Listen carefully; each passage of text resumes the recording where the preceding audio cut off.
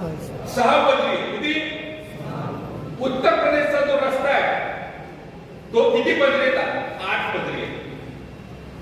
आणि त्या रस्त्याला पर किलोमीटर प्रति किलोमीटर खर्च किती आलाय? 70 कोटी रुपये. किती? आणि आपण कितीला गेलो? 120 कोटी. 70 कोटी कुठं आणि 120 कोटी कुठे? आणि आपल्या या 120 कोटी मध्ये जर बघितलं तर आमच्या शेतकऱ्यासाठी त्यांनी अतिशय कमी पैसे त्या ठिकाणी ठेवलेले आहेत. याच्यामध्ये 17 ते 18% किंमत ही शेतकऱ्यासाठी महाराष्ट्रामध्ये ठेवली. आणि हीच किंमत उत्तर प्रदेशमध्ये 26 ते 30% आहे. म्हणजे महाराष्ट्रामध्ये शेतकऱ्याकडे बघत असताना शेतकऱ्याला पैसे द्यायला लागायलाच नको, शेतकऱ्याचा आवाज दाबला तरी चालेल, महाराष्ट्रातले शेतकरी आपलं ऐकतील अशी भूमिका महाराष्ट्रातल्या नेत्यांची आहे, महाराष्ट्रातल्या सरकारची आहे. त्यामुळे तुम्ही जो हा आवाज आहे, हा आवाज त्या ठिकाणी कमी करून चालणार नाही. तुम्हाला हा आवाज मोठा करावाच लागेल. आणि ठीक आहे, तालुका निहाय तुम्ही इथं बैठका करत आहात, पण उद्या जाऊन तुम्हाला मोठ्या प्रमाणात इतर जिल्ह्यात इतर तालुक्यातल्या लोकांना सुद्धा तिथे एकत्रित यावं लागेल. पुढच्या काही दिवसानंतर मी माळशिरसला जाणार, तिथं सुद्धा काही कुठेतरी आंदोलन आहे, तिथं सुद्धा त्यांना त्या ठिकाणी पाठिंबा देणार. पण आमच्या या सरकारला एवढंच म्हणणं आहे की हे जे काय उत्तर प्रदेशमध्ये 8 पदरी रस्ता बांधण्यासाठी तुम्हाला खर्च येतो 40 कोटी रुपये किलोमीटरला, शेतकऱ्याचा खर्च वगळून. मग 40 कोटी रुपये 8 पदरी रस्ता पर किलोमीटर प्रति किलोमीटर जर उत्तर प्रदेशमध्ये तुम्हाला खर्च येत असेल रस्ता बांधायला नॅशनल हायवेला, तर या महाराष्ट्रामध्ये तुम्हाला तोच खर्च हा 85 ते 90 कोटी रुपये पर किलोमीटर कसा येऊ शकतो? कितीचा फरक झाला? 50 कोटी रुपये प्रति किलोमीटर फक्त बांधण्यामध्ये फरक झाला. ज्याचा कोणाचा गणित पक्क आहे, 850 किलोमीटर गुणिले 50 कोटी हा जो फरक आहे, किती रुपये येतात? 40,000 कोटी रुपयापेक्षा जास्त. हा कुठे चाललाय पैसा? कुठे चाललाय पैसा? सगळ्या नेत्यांच्या खिशात चालला. आणि काय केलं जातं? तुम्ही जे आंदोलन केलं तर आंदोलन मोडून काढलं जातं. तुम्ही आंदोलन करण्यासाठी रस्त्यावर आला तर पोलिसांचा वापर केला जातो. का? कारण का या सरकारला, या नेत्यांना तुमचं काहीही पडलं नाही, त्या रस्त्याचं काही पडलं नाही, विकासाचं काही पडलं नाही. फक्त या सरकारमधल्या नेत्यांना काय पाहिजे तर याच्यातून त्यांना दलाली पाहिजे, त्यांना मर्यादा पाहिजे, यातून पैसे कमवायचे. आणि हा पैसा छोटा मोठा नाही, हा पैसा 40,000 कोटीपेक्षा जास्त पैसा फक्त एका प्रोजेक्टच्या अंतर्गत आहे. जयंत पाटील साहेबांचा मतदारसंघ जवळच आहे. तुम्हाला माहित असेल काही दिवसांपूर्वी एक मराठी महाराष्ट्राचा छोटा कॉन्ट्रॅक्टर पाटील नावाचा, त्याने आत्महत्या केली का नाही? कशासाठी केली? सरकारकडून त्याला पैसे दिले जात नव्हते, त्यांनी केलेल्या कामासाठी. असे मराठी कॉन्ट्रॅक्टर या महाराष्ट्रामध्ये किती आहे? तर हजारो आहे. आणि त्यांचं किती प्रलंबित पैसे? 1,00,000 कोटी रुपयातून देय बाकी आहे. पण हे जे रस्ते, हे जे मोठे मोठे 1-1 लाख 50-50 60-60 हजार कोटीचे जे रस्ते, ती सगळी कामं जर कोणाला देत असतील तर गुजरातच्या कॉन्ट्रॅक्टरला दिली जातात, आंध्र प्रदेशच्या कॉन्ट्रॅक्टरला दिली जातात. आणि इथं फक्त आपलं काय केलं जातं तर आपल्याला फक्त गाजर टाकलं जातं. त्यामुळे हा तुमचा जो लढा आहे, हा तुमच्या जमिनीसाठी, तुमच्या हक्कासाठी आहे. पण हा लढा तुम्ही लक्षात घ्या, या महाराष्ट्रातल्या सामान्य लोकांनी घामाने जो पैसा टॅक्सच्या स्वरूपात या सरकारला दिला, या तिजोरीमध्ये दिला आहे, त्याच्यामध्ये हे जे दल्ला मारण्याचा प्रयत्न हे सरकार करत आहे, त्याच्यासाठी सुद्धा तुम्ही लढत आहात. त्यामुळे तुमचा लढा फक्त शेतीसाठी नसून तुमचा लढा हा भ्रष्टाचाराच्या विरोधात सुद्धा त्या ठिकाणी आहे.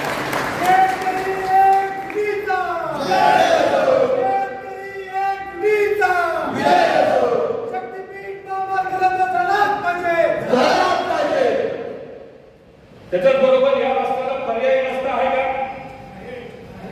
तुम्ही कधी समृद्धी महामार्गावर गेलाय का? चुकून एखादा ट्रक आणि गाडी दिसली तर म्हणजे आहे तो रस्ता असताना आम्ही इन्फ्रास्ट्रक्चरच्या विरोधात नाही, चांगले रस्ते असावेत असं आमचं मत आहे. पण आमचा शेतकरी जेव्हा या सरकारला विचारतो आमचं शेतातलं पीक अडचणीत आलंय, पाऊस कमी पडलाय, भाव पडले, आमची कर्जमाफी करा, आमच्याकडे नाहीत पैसे, आम्ही बँकेला पैसे देऊ शकत नाही, सरकार आम्हाला काहीतरी मदत करा, तरी सुद्धा सरकार काय म्हणतं आमच्याकडे पैसे नाही. म्हणजे आमचे शेतकरी जेव्हा मागणी करतात स्वतःच्या हक्कासाठी तेव्हा या सरकारकडे पैसा नाही. आमच्या या शेतकऱ्याची मजुराची मुलं जेव्हा चांगल्या कॉलेजमध्ये जाण्यासाठी त्यांना स्कॉलरशिप पाहिजे आणि ती स्कॉलरशिप वेळेवर येत नाही तेव्हा सुद्धा सरकार म्हणतात पैसे नाही, कर्जमाफी करायला पैसे नाही, या मराठी कॉन्ट्रॅक्टरला द्यायला पैसे नाही. पण नाही, यांना हे मोठे प्रोजेक्ट करायचे, यातून पैसा खायचा आणि तोच इलेक्शन मध्ये वापरून परत त्यांना त्या ठिकाणी सत्तेत द्यायचं. या शक्तीपीठ मार्गाला पर्याय आहे. तुम्ही जर बघितलं तर हा विदर्भातून येणारा रस्ता आहे, तो तसं बघितलं तर नागपूर तुळजापूर हा जो आपला पट्टा आहे तो अख्खा त्या ठिकाणी आपला जो समृद्धी महामार्ग आहे त्याला हा एकदम जवळच्या जवळ त्याच्यामध्ये आहे. त्यामुळे तो नाही गेला तर समृद्धी महामार्गावरून आपल्याला ट्रॅफिक करता येईल. आणि इथला जो बघितला रत्नागिरी कोल्हापूर सोलापूर हा जो रस्ता आहे तो ऑलरेडी आहे. मग या नवीन रस्त्याचं कारण काय? कारण याच्यातून त्यांना त्या ठिकाणी पैसा खायचा आहे. त्याच्याच बरोबर तुमची सुपीक जमीन याच्यामधून त्या ठिकाणी जाणार आहे. आणि असं नाही की तुम्हाला खूप चांगला पैसा मोबदला म्हणून त्या ठिकाणी दिला जातो. त्याच्याबरोबर पुराचा धोका या भागातल्या शेतकऱ्यासाठी नागरिकांसाठी मोठ्या प्रमाणात वाढू शकतो. पर्यावरणाला तर धोका आहेच आणि याच्यामुळे आपल्या या राज्य सरकारवर खूप मोठं कर्जाचा बोजा त्या ठिकाणी जाऊ शकतो. तुम्हाला अजून एक गोष्ट माहित आहे का? नाही मला माहित नाही. तुम्हाला नाशिकचा खराब प्रकार माहिती आहे का? माहिती आहे ना? अक्षरशः महाराष्ट्राची लाच त्याच्यामध्ये काढली गेली. असू द्या आहेत ते कुठे असतात. या खरा जो भोंदू बाबा होता, महिलांच्या अत्याचार आणि ह्या सगळ्या गोष्टी तुमच्यापर्यंत आल्या असतील, पण या खरा भोंदू बाबांनी काही तालुक्यांमध्ये जिथून शक्तीपीठ मार्ग चाललाय तिथं काय घेतलं माहिती का? जमिनी घेतल्या. बरं मला सांगा, तुम्ही तुमच्या हक्कासाठी लढताय, हा नाशिकचा भोंदू बाबा शक्तीपीठ मार्गाच्या भागातून जाणार आहे, त्या भागामध्ये जाऊन जमिनी कशा घेतो? तो जमिनी का घेऊ शकतो? कारण का सत्तेतली लोक अशा भोंदू बाबासारख्या माणसांना, काही अधिकाऱ्यांना, काही मोठ्या नेत्यांना आधीच सांगतात की असा असा रस्ता चालू आहे, शेतकऱ्याकडे स्वस्तात तुम्ही जमिनी घ्या आणि जेव्हा सरकार भूसंपादन करेल तुमच्या हातामध्ये टॅक्स न लागणारा पैसा तिथं हातात येऊ शकतो. आणि हे समृद्धी मार्गामध्ये झालेलं आहे. हे शक्तीपीठ मार्गामध्ये सुद्धा बऱ्याच तालुक्यांमध्ये जिल्ह्यामध्ये झालेलं आहे. त्यामुळे तुम्हाला मानलं पाहिजे की तुम्ही तुमची जमीन हातात ठेवली आणि स्वतःच्या जमिनीसाठी त्या ठिकाणी लढताय. पण काही भागामध्ये जमिनी आधीच घेतल्या गेल्या, त्यातून सुद्धा पैसे काही मोठे नेते आणि कॉन्ट्रॅक्टर आणि भोंदू बाबा खराब सारखे लोक त्या ठिकाणी पैसे काढतात. त्यासाठी तुम्हाला सांगतो, हा लढा तुम्ही जो लढत आहात तो तुम्ही त्या ठिकाणी अशाच पद्धतीने लढत राहा. आणि या तुमच्या सर्व लढ्यामध्ये आम्ही तुमच्या बरोबर त्या ठिकाणी आहोत. आणि उद्या काही लागलं तरी आम्हाला त्या ठिकाणी सांगा, आम्ही तुमच्या बरोबर आहोत. सर्व सामाजिक पदाधिकारी आणि कार्यकर्ते यांना मला सांगायचं की तुम्ही हा जो लढा या शेतकऱ्यांसाठी लढतात, त्यासाठी सर्व संबंध शेतकऱ्यांच्या वतीने मी या सर्व सामाजिक कार्यकर्त्यांचं अभिनंदन करतो की तुम्ही एक तिथे लढत आहात. त्यामुळे कशासाठी लढताय, काय लढताय हे सुद्धा तुम्ही जाणून घ्या. तुम्ही तुमच्या हक्कासाठी लढतच आहात, पण याच्यातून जो मोठ्या प्रमाणात भ्रष्टाचार हे सरकार तिथं करत आहे त्यासाठी सुद्धा तुम्ही लढत आहात याची जाण तिथं करा. जाता जाता फक्त मी तुम्हाला सर्वांना एवढंच सांगेन, अजितदादांच्या बाबतीत आम्ही सर्वजण लढताना तुम्ही सगळ्यांनी बघितलं असेल. अजितदादांच्या ऍक्सिडेंट बद्दल आम्हाला शंका आहे, मला शंका आहे. जर मनामध्ये शंका असेल तर साहजिकच आपली अपेक्षा असते की एखाद्या पोलीस स्टेशन मध्ये गेल्यानंतर एफआयआर व्हावा. अजितदादांची लढत असताना या महाराष्ट्राचे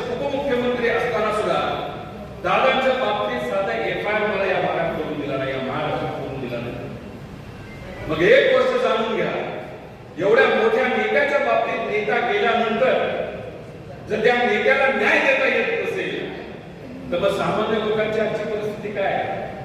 पण शेवटी लढावं लागतं आणि जर प्रामाणिकपणे आपण लढलो तर 100% आपला विजय होतो आणि आपल्याला न्याय मिळतो.